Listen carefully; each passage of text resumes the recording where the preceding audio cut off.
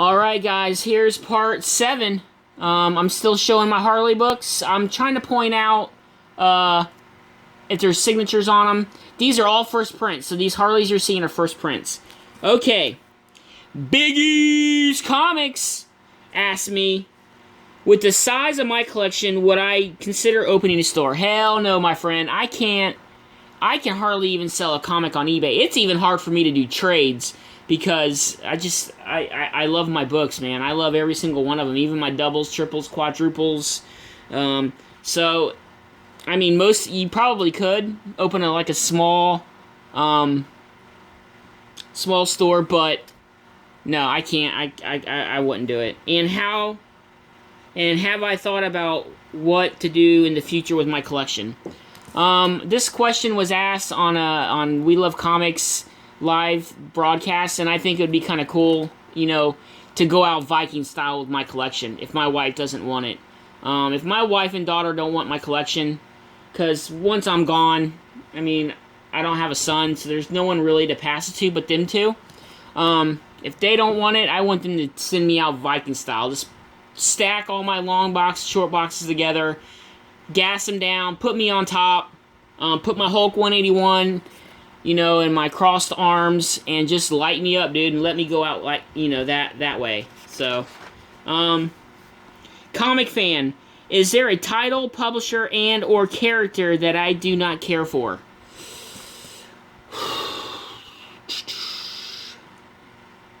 Wow. That's tough. Is there a character that I really don't care for?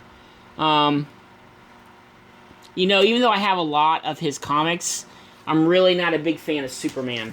But somehow I just keep stumbling across a lot of the issues. So, I would say Superman. I'm not a real big fan. I could care less if he's in my collection or not. I just happen to have a short box full of his books. So that would probably be, my pick. Francis McMiniman asked, he heard me and We Love Donations, secretly friends, and this fighting is a hoax. Is it true? Well, we were fighting it. Now we're all mended up. So, yeah. No, it wasn't a hoax. It was legit, but now we're good. He's a good guy. Everybody has different ways of collecting and different ways of showing books, and, who am I, or who are you, or who is anyone to tell anybody how to collect? He does his thing, I do mine. I watch some of his videos, he watches mine, I comment. Everybody's entitled to mistakes. Sometimes my arrogant Irish ass gets into play, and I kind of, jump the gun and shit, but who cares? Let's just show our collection, let's show books. That's what we're here for. Okay. Comicaholic. So I'm showing my books here for him. Let me see. Mr. Gretzky 9966. Has my taste in comics changed at all over the years? And when did I know I became a collector and not just a reader? Yeah, my taste has kind of switched back and forth. I've always just I really like, back in the day, I didn't really collect certain titles. I don't know, it's hard to explain. I collected X-Men, and of course, I loved Wolverine. I was big into Captain America back in the day, but not so much anymore.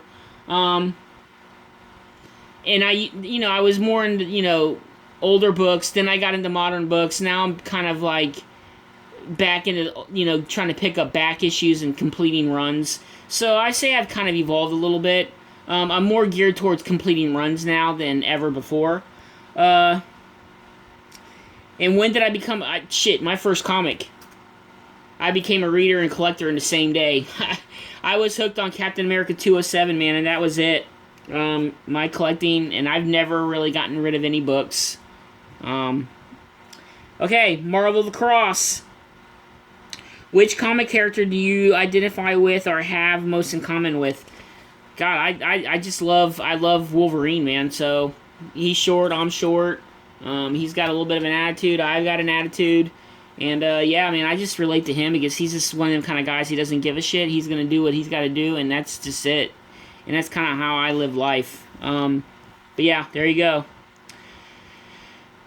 Lords of the Long Box. He asked, where do you see YouTube comic book videos going? As in what direction? Will people still watch after they've seen every comic? I believe so, because, I think people watch... they watch to see what books people pick up, but I think they mainly watch because, each person gives their own flair and their own style of how they collect. And I think people just watch mainly because they're fans of the collector. Not necessarily all the books they show, because, I watch everybody's videos, and, we've all seen... when they do weekly hauls, everybody's seen the books. Hell, most of us have the books. But it's kind of nice and fun to watch other people and just see how they collect. And, I like hearing people talk, and I like hearing their experiences.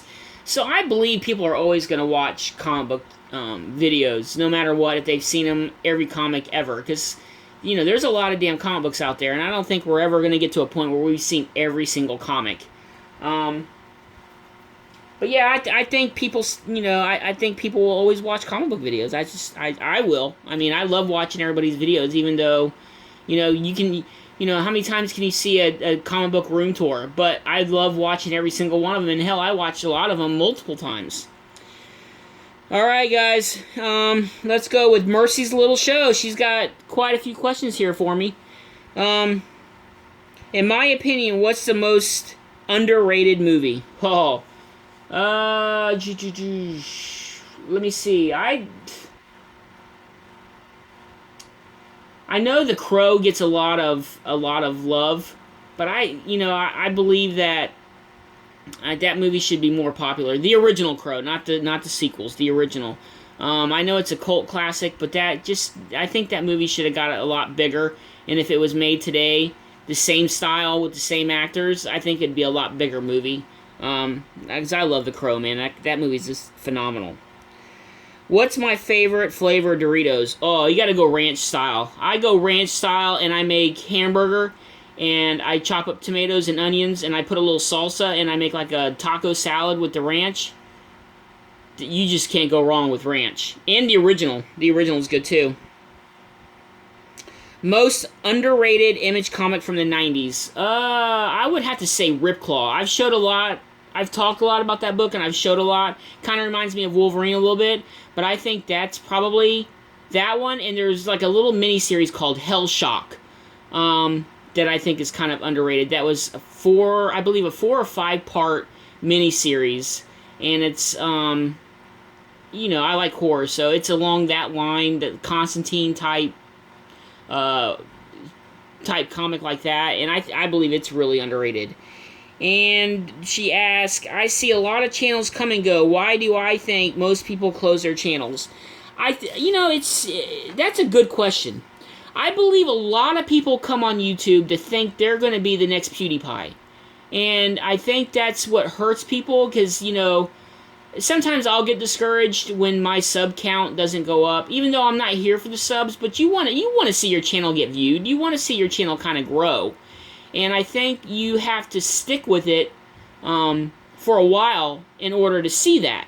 And I think what happens is people think they're going to come on YouTube, and they know millions and millions and millions and millions of people watch YouTube, that they're going to make one video, and then overnight they're going to have, 1 million views, and they're going to have, 400,000 subscribers. And it really, as far as I can see, that doesn't really happen that often. I'm totally shocked that I have over 1,000 subscribers, to be honest with you. I didn't think, I don't think I'm that interesting. I just show my comic books, and, I've heard people say I'm boring and whatever, but, I just like showing my comics. So I think people get misconceived thinking they're gonna, their channel is gonna be the next channel to blow up, and it doesn't happen. So they kind of they just give up. But I think it's one of the things you got to kind of stick to. As long as you enjoy what you're doing and you have interaction with people, I believe you just got to stick it out. One day maybe somebody might, I always thought 1,000 would be like my lifetime limit, and here I've already reached it in a little over a year.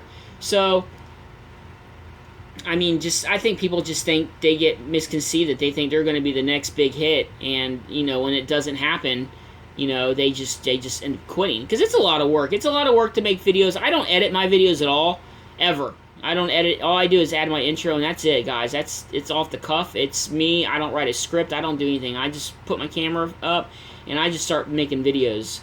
But I'm going to end it here, and stay tuned for part 8. But yeah, thanks, guys. I'm loving doing this. I'm going to knock a few of these out and just upload them as I can. But anyways, guys, this is a Junkie. Remember to like, subscribe, and comment. I love interaction, and thank you, guys. Stay tuned for more vids. See you guys.